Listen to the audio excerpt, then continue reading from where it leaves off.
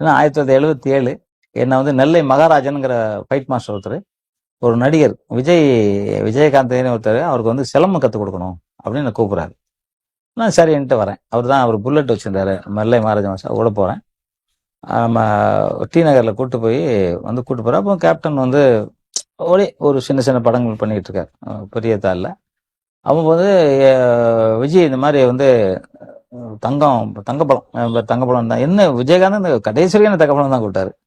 அவன் என்ன ஜாகுவார் தங்கன்னு ஒரு நாள் கூட கூப்பிட மாட்டாரு.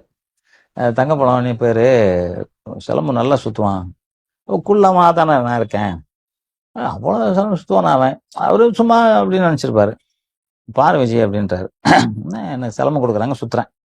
அந்த காத்து கிழிச்சிரு, கண்ணுக்கு தெரியல. காலையில சுத்தினது அவரு என்ன இவ்வளவு வேகமா சுத்துறேன், எவ்வளவு நாள் ப்ராக்டிஸ் பண்ணாரு? 15 வருஷம் இருக்குங்க. 5 வருஷம். ஓகே. இப்போ நான் சினிமாவுக்குன்னா எவ்வளவு நாள் கத்துக்கணும் அப்படின்னாரு. சினிமாவுக்குன்னா நீங்க ஒரு நாள் 2 நாள் போதும். ஒரிஜினலா கத்துக்கணும் 6 மாசம் கத்துக்கணும். ஒரிஜினலா கத்துக்கணும்னா அப்படின்னாரு. எங்க வீடுனாரு. நான் குன்றத்தூர்ல இருக்கேன், தலைவர் வீட்லயும் இருப்பேன், அங்கேயே இருப்பேன். தலைவர் வீடுனா எம்ஜிஆர் வீட்டுல.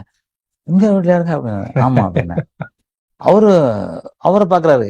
ஆமா விஜய் தலைவர் வீட்டுல தான் இருக்காப்ல, அங்கதான் இருக்காப்ல.